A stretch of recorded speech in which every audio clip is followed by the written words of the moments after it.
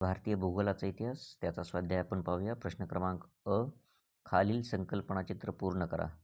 तर संकल्पनाचित्र आहे प्राचीन द्वीप याचं. तर प्राचीन द्वीप कोणकोणते आहेत? जम्बूद्वीप, लक्षद्वीप, शाल्मली द्वीप, पुष्कर द्वीप, शाक द्वीप, क्रौंच द्वीप आणि कुशद्वीप.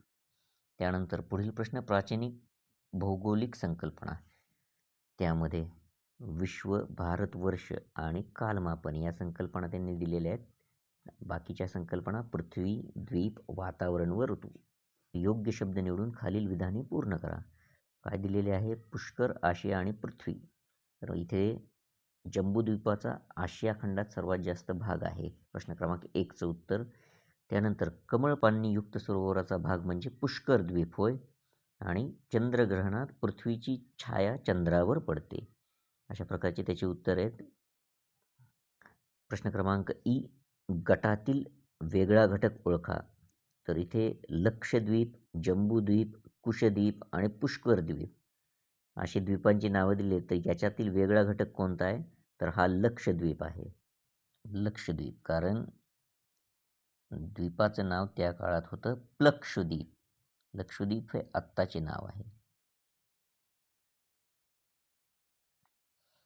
त्यानंतर प्रश्न क्रमांक 2, चंद्र, तारे, नक्षत्रे व चांद्रयान. तर याच्यातील वेगळा शब्द आहे चांद्रयान. चांद्रयान. पुढील प्रश्न क्रमांक ई, ओळखा पाहू मी कोण. तर जांभूळ वृक्ष विपुल असणारा भूभाग म्हणजेच जम्बूद्वीप. मोठा पाणपक्षी किंवा क्रौंच पर्वताचा भूभाग म्हणजेच क्रौंच द्वीप. कुश गवताचा भूभाग म्हणजेच कुशद्वीप. पाण्याने पूर्णपणे वेढलेला भूभाग म्हणजे द्वीप. त्यानंतर प्रश्न क्रमांक ऊ, टिपा लिहा. त्याच्यातील पहिला प्रश्न विश्व. विश्व या संकल्पनेवर आपल्याला टिपा लिहायच्या आहेत. तर प्राचीन भारतीय ग्रंथांमध्ये पृथ्वीचे वर्णन सप्तद्वीप असे केलेले आहे, ज्यात 7 द्वीपांचा समावेश होतो. वेदानुसार वात, आकाश, सूर्य व चंद्रातून विश्वाची निर्मिती झालेली आहे. पुराणांमध्ये विश्वाला बाह्यांतर असे संबोधले असून यात सप्त महाद्वीप आणि सप्तसागर याविषयी माहिती आलेली आहे. भारतीय विचारवंतांनी वसुदैव कुटुंबकम म्हणजे हे विश्व संपूर्ण आपले घर आहे अशी संकल्पना मांडलेली आहे. त्यानंतर पुढील विषय टिपा लिहिण्यासाठी पृथ्वी. तर प्राचीन भारतीय ग्रंथांमध्ये पृथ्वीचे वर्णन सप्तद्वीप असे केले आहे, ज्यामध्ये 7 द्वीपांचा समावेश होतो. इसवी सन पूर्व 6व्या शतकात पृथ्वीचा व्यास सुमारे 13,000 किलोमीटर असावा असे नमूद केले होते. प्राचीन भारतीय विचारवंतांना पृथ्वी वक्राकार असल्याची कल्पना होती व आधुनिक विज्ञानात बिग बँग सिद्धांतानुसार पृथ्वीची निर्मिती एका छोट्या पण असीम घनतेच्या पिंडातून झाली आहे आणि त्याचा अत्यंत वेगाने विस्तार झाला असे मानतात. हे पृथ्वीबद्दलची टिपा. त्यानंतर पुढील प्रश्न द्वीप याबद्दलचे आपल्याला टिपा लिहायच्या. तर द्वीप म्हणजे नैसर्गिकरित्या पाण्याने वेढलेला भूभाग होय.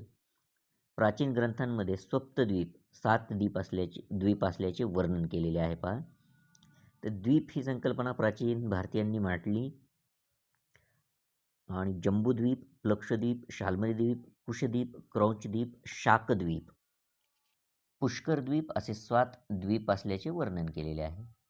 त्यानंतर पुढे ग्रहण या विषयावर टिपा.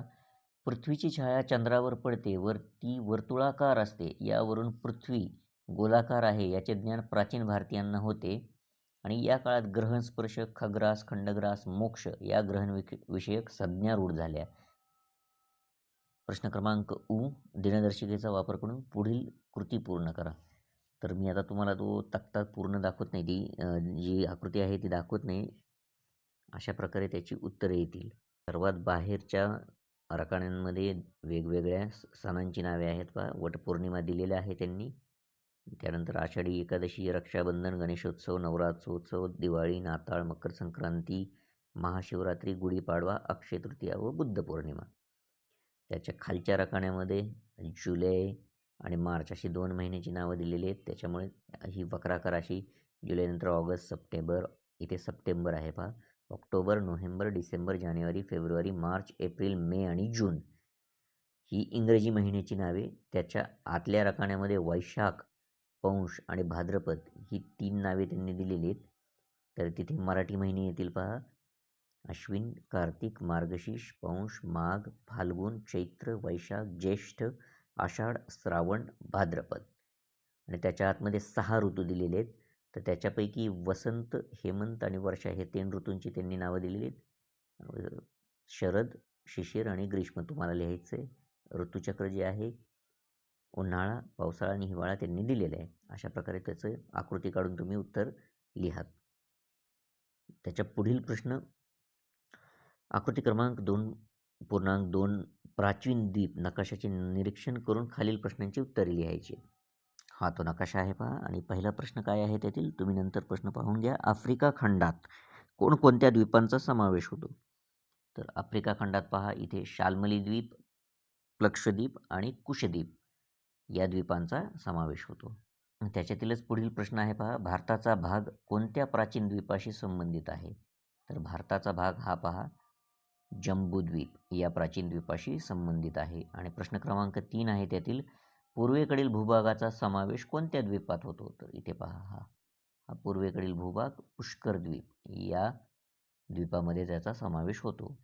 त्याची उत्तर आहे पहा आफ्रिका खंडात कोणकोणत्या द्वीपाचा समावेश होतो? तर हे शाल्मली द्वीप, लक्षद्वीप आणि कुशद्वीप. भारताचा भाग कोणत्या प्राचीन द्वीपाशी? आणि तिसरा प्रश्न पूर्वेकडील भूभागाचा समावेश कोणत्या द्वीपात होतो? तर प्रश्न क्रमांक ए अचूक पर्याय ओळखा. ग्रहणाच्या निरीक्षणातून प्राचीन भारतीयांना कोणती गोष्ट समजली?